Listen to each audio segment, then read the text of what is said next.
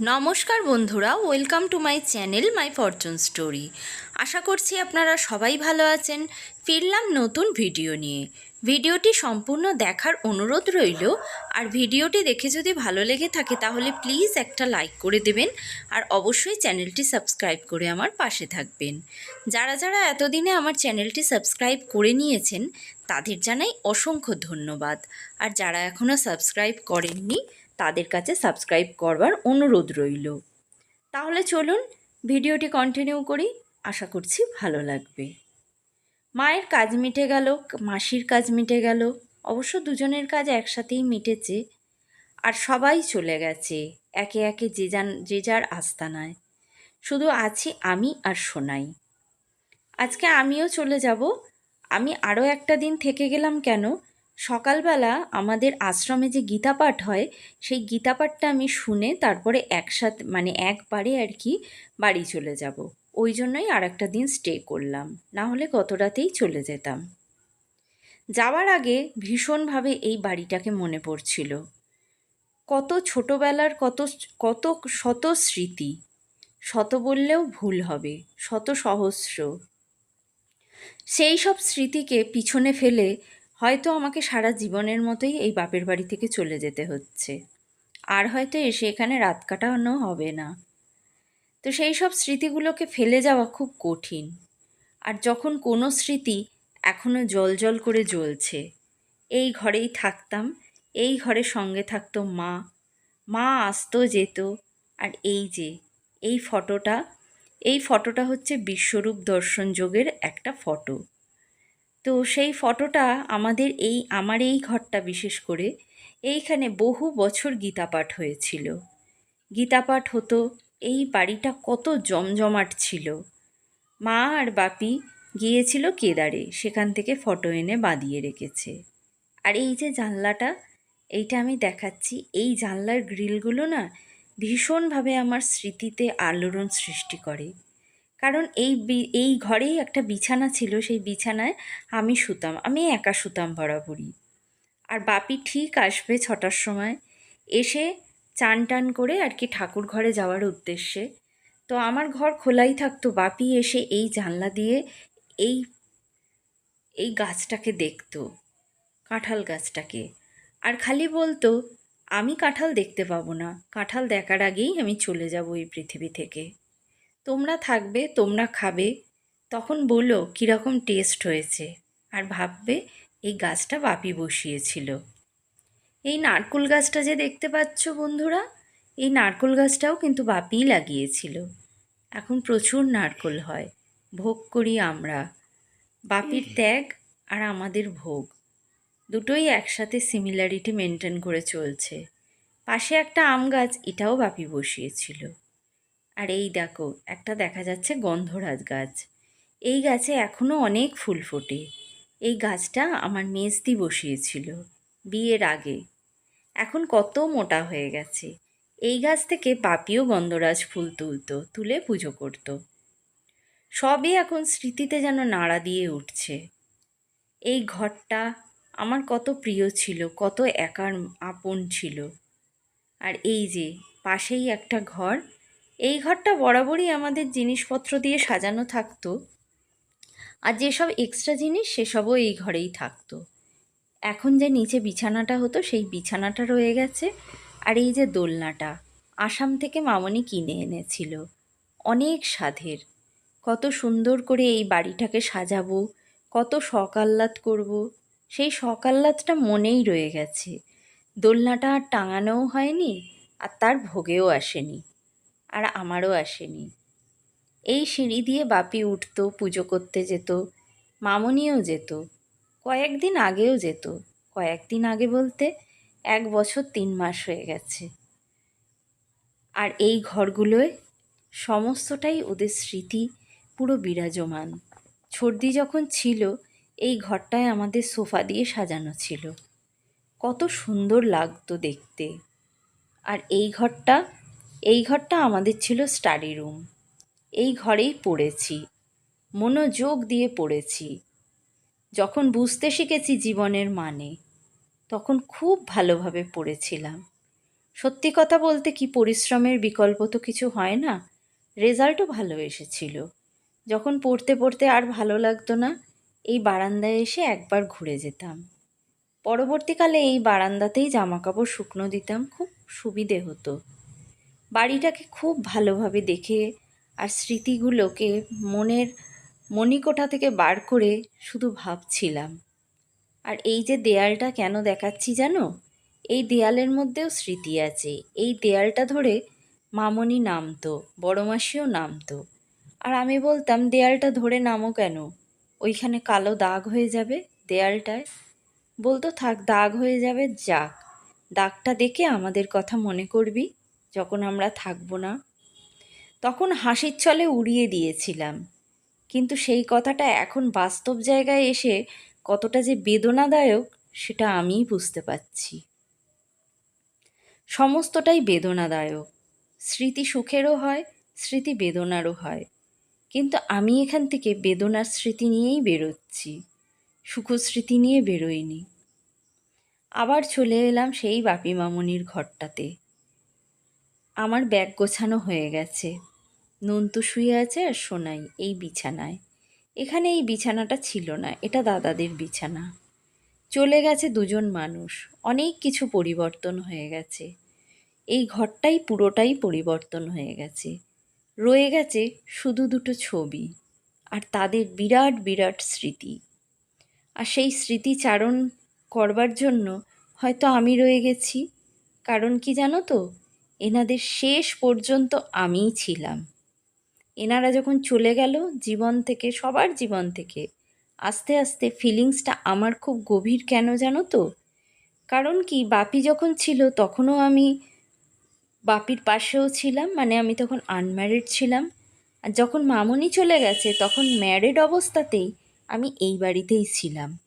সুতরাং দুজনেই আমার পাশ থেকে চলে যাবার পর কী হারে যে কষ্টটা হয় সেটা কিন্তু আমিই ফিল করি। আমার জায়গাটায় অন্য কেউ এলেও আসতে পারে, কিন্তু আমার জায়গাটা বোঝাটা খুব শক্ত। যাবার আগে ভীষণ কষ্ট হচ্ছিল। মনে হচ্ছিল এই বাড়িতেই বোধহয় বাপি মামনি সবাই আছে। চলে যাচ্ছি সব স্মৃতি ফেলে। সত্যি স্মৃতি বড় বেদনাদায়ক। স্মৃতিকে ভোলা খুব কষ্টের। এই জবা ফুল গাছটা মামনি হসপিটালে যাওয়ার কিছুদিন আগে বসিয়েছিল। ফুল দেখে যেতে পারেনি, আর এখন দেখো তরতরিয়ে বড় হয়ে গেছে, অনেক ফুল দেয়। বাড়িটাকে বাইরে থেকেও দেখছিলাম। এই যে যখন দোতলার ছাদ ঢালাই হচ্ছিল তখন আমি খুব ছোট, খুব। তখন এই ছাদ ঢালাইটা দেখে আমার কি আনন্দ হয়েছিল। আর এখন এই সব কিছু ফেলে রেখে চলে যেতে হবে। ভাবছি, সত্যি আমি যে গীতা শুনি সেই গীতাটাই বোধহয় জীবনের সঙ্গে ওতপ্রোতভাবে জড়িত। পরিবর্তনশীল জগৎ, পরিবর্তনটাকেই মেনে নিতে হয়। আজ যা আমার আছে কাল তা অন্যের হবে, পশু আরও কারোর হয়ে যাবে। এইভাবেই ভাবতে ভাবতে চলে এলাম আশ্রমে। এই আশ্রমে এসেই না অনেকটা শান্তি পেতাম। তো যখন কোনো অশান্তি মনে ছিল না তখনও শান্তি পেতাম, আর এখন তো পাশে মা বাবা না থাকার যে অশান্তি সেটা ভুলবার জন্য এই আশ্রমে শান্তির জায়গা। চলে এলাম, কাকুরাও এসে গেছেন। ওনারা এসেই সমস্ত জোগাড় করে নেন। ওনারা ওনাদের সুবিধে মতো, আমরা তো আসি অনেক পরে। কাকু জোগাড় টোগাড় করে এবার বসবেন উনি গীতা পাঠ করতে। সময় দেখে এবার কাকু স্তব পাঠ শুরু করে আমাদের চলবে গীতা পাঠ। শুনুন সবাই।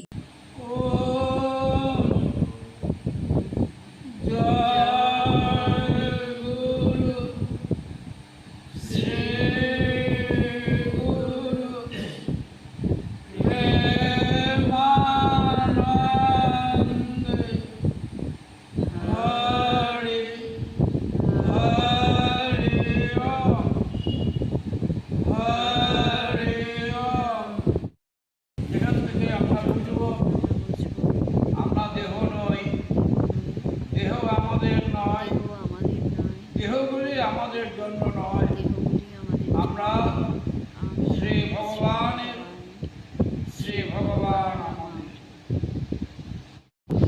বাচা অথ দৈত্য সুতা সর্বে সূত্রা তল অনুবর্ণিতম যগৃহ দৈত্য বালকদের নির্মল হৃদয়ে প্রহ্লাদের উপদেশ একেবারে গেছে গেল। গুরুদেবের অবর্তমানে শিক্ষা, গুরুদেবের অহিতকর শিক্ষায় তারা আর মন দিল না। অথ আচার্য সুত আমরা দ্বিতীয় অধ্যায়ে পড়ে এসেছিলাম এবং শেষ পাঠে আমরা শুনেছিলাম যে ভগবান শ্রীকৃষ্ণ বলছেন যে শরীর আর শরীরই দুটো সম্পূর্ণ আলাদা, দেশের কোনো সম্পর্ক নেই এবং সে সম্বন্ধে আরো তিনি তাকে বুঝে দিচ্ছেন।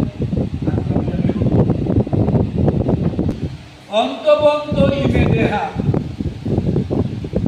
নিত্য সপ্তা শরীর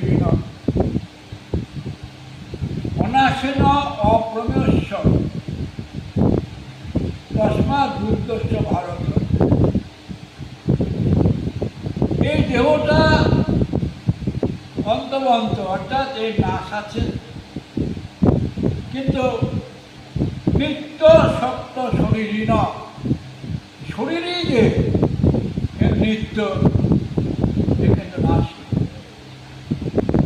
এটাকে অনাশী নয়, নাশ নেই, অপ্রণস্য, এটাকে প্রমাণ করা যাবে না।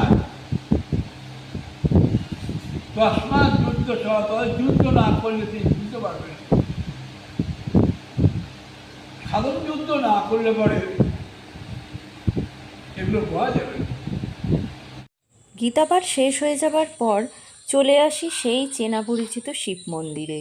কিন্তু আজকে না আমি জল আনিনি, কারণ বাপের বাড়ি থেকে আসছি তো, সেখানে বোতল, জল, ঘটি এগুলো অ্যারেঞ্জ করা হয়নি।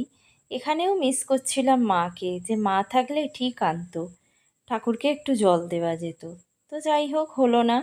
চলে এলাম দুজনে। আমি আগের দিনই হাজব্যান্ডকে বলে রেখেছিলাম যে ও যদি একটু নিয়ে যায়, কারণ সকালবেলা আমি জানতামই আমার ব্যাগ বিশাল বড় হবে। অত বড় ব্যাগ নিয়ে বাচ্চাকে নিয়ে আবার অনেকটা হেঁটে যেতে হবে অটো স্ট্যান্ডে। সেখান থেকে অটো পেলেও সেখানে বাচ্চা নিয়ে কোলে বসিয়ে তাকে আবার এত বড় ব্যাগ নেওয়া ভীষণ কষ্টের। তো ও চলে এসেছিল, কারণ ওর সকালবেলা তো সেরকম পেশেন্ট থাকে না, 10টার পর থেকেও পেশেন্ট দেখতে যায়। তো ও নিয়ে গেল। এবার ভীষণ গরম পড়েছে, জানেনই তো গরমটা কীরকম পড়েছে। গরম পড়েছে বলে আমরা রাস্তায় যেতে যেতে একটা জায়গায় দোকানে দাঁড়ালাম। আর আমার দিব্যসোনার মানে ওর ছিল আইসক্রিম খাবে, আবদার ছিল আর কি। তো সত্যি বলতে কি, ও শুধু আবদার করেনি, গরমটাও এতটা পড়েছিল যে না খেয়ে পারা যাচ্ছিল না। তো ওরা ওদের চয়েস মতো আইসক্রিম নিল, আর আমিও না একটা বরফেরই আইসক্রিম নিলাম, কারণ এই বরফটা খেয়ে না তবু একটু এই রোদের জ্বালা থেকে নিজেকে মুক্ত করা যাবে। এইভাবেই বাড়ি চলে এলাম, আর এসেই আমি আমার ছেলেকে পড়াতে বসালাম, কারণ সামনেই ওর পরীক্ষা। What is this? This is the frog. What is this? These are flowers. আর এইভাবেই আজকে আমি আমার দিনটা কাটালাম। তো ভিডিওটি আজ এই পর্যন্ত রাখলাম, ফিরবো নতুন ভিডিও নিয়ে। ততক্ষণের জন্য সবাই ভালো থাকবেন, সুস্থ থাকবেন।